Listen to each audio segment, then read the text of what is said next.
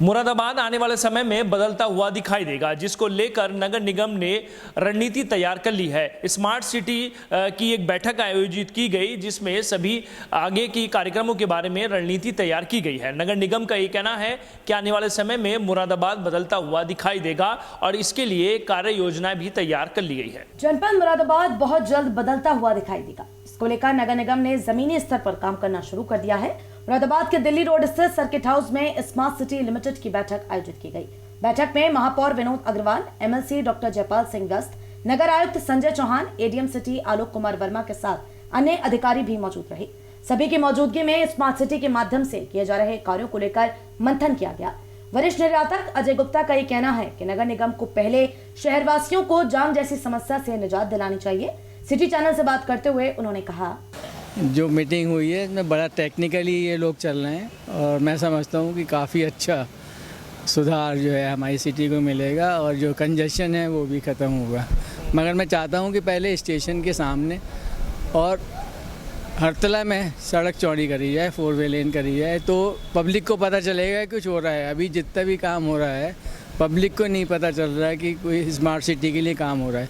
सबसे पहले 2 काम हो जाए तो काफ़ी अच्छा हो जाएगा। धन्यवाद। निर्यात के क्षेत्र में आप क्या मानते हैं कि क्या होना चाहिए? निर्यात के क्षेत्र में तो बस ये जो MHSC बना रहे हैं उसमें तो ट्रेनिंग जो है वो नई टेक्नोलॉजी की ट्रेनिंग हो जाए तब तो ठीक है, नहीं तो फिर कोई फ़ायदा नहीं होगा उसका। बैठक में एमएलसी डॉक्टर जयपाल सिंह व्यस्त ने अपने संबोधन में कहा कि उम्मीद है कि आने वाले समय में शहर बदलता हुआ दिखाई देगा। ये सब चीजें स्मार्ट सिटी के माध्यम से ऐसी हो रही हैं जो मुरादाबाद वासियों के सपने में भी कभी शायद नहीं रही होंगी। केवल उनका सपना तो ये था कि जो प्रॉब्लम्स हैं सामान्य, वह सपने माने वह कठिनाइयाँ केवल दूर हो जाएं, लेकिन विकास का ऐसा मॉडल महानगर का बनकर के तैयार होगा और प्रधानमंत्री जी की ये महत्वाकांक्षी योजना है। यह योजना साकार होगी जब से स्मार्ट सिटी का प्लान यहाँ पर शुरू हुआ है और अब तक 3 प्रोजेक्ट्स पूरी हो चुकी हैं, कुछ प्रोजेक्ट्स प्रक्रियाधीन हैं और जो और प्रोजेक्ट्स हैं वह तैयार हो चुकी हैं और अभी जो यहाँ प्रस्तुत किया गया प्रेजेंटेशन वह 8 महीने में उसका सर्वे इत्यादि होकर और इस महानगर की बहुत बड़ी जल निकासी की समस्या है। इन सारी समस्याओं से स्मार्ट सिटी के माध्यम से समाधान होगा। बैठक की अध्यक्षता कर रहे महापौर विनोद अग्रवाल का कहना था कि जो कार्य स्मार्ट सिटी के अंतर्गत होने हैं उन्हें जल्द से जल्द कराया जाए और जो कमियां हैं उन्हें सुधार करने के लिए विभाग काम करे। 7 वर्ष पूर्व माननीय प्रधानमंत्री जी ने सपना देखा कि देश में भी दुनिया के लेवल के 100 शहर स्मार्ट बने। जब ये घोषणा हुई तो तत्कालीन महापौर स्वर्गीय बीना अग्रवाल जी के मन में आई वाली बात, हमारा मुरादाबाद क्यों नहीं होगा 100 शहरों में। तो हमने कहा कि भाई इसके कुछ नॉर्म्स हैं, वो हैं, ऐसे थोड़ा हो जाता है, बड़े बड़े शहर पड़े हुए। पर बोले नहीं, हम तो इसमें पार्टिसिपेट करेंगे और कोशिश करेंगे कि हमारा शहर मुरादाबाद स्मार्ट सिटी में चयन हो। कई बार गए जगह जगह और आज वो नहीं है, परंतु उनका सपना साकार हो रहा है।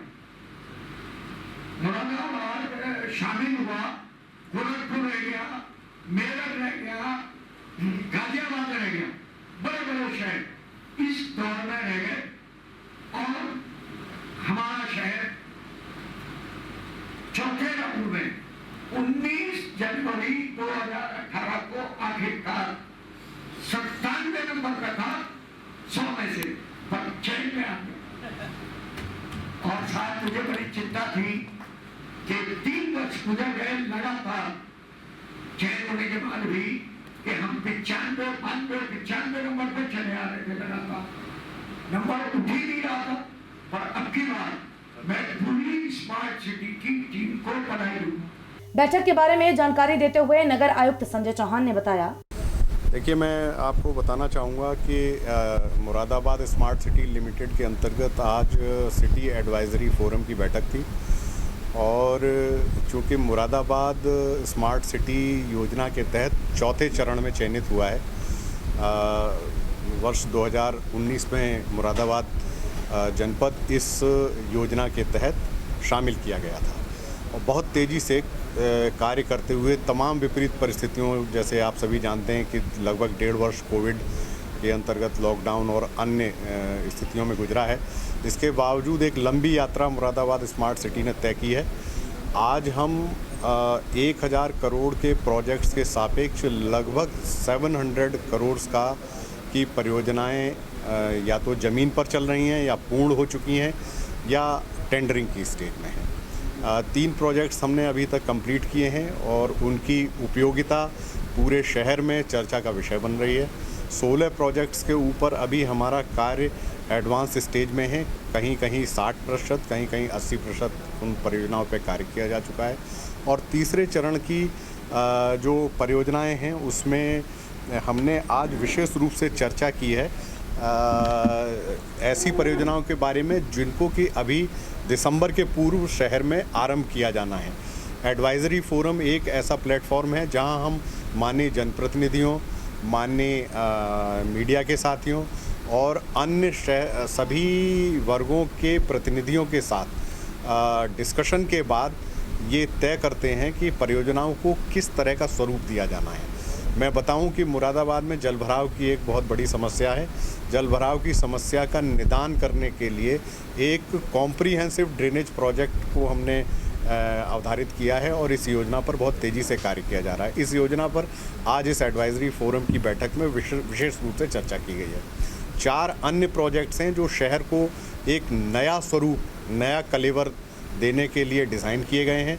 इन प्रोजेक्ट्स का कार्य उत्तर प्रदेश राजकीय निर्माण निगम के माध्यम से विश्व स्तरीय कंसल्टेंट्स को दिया गया है।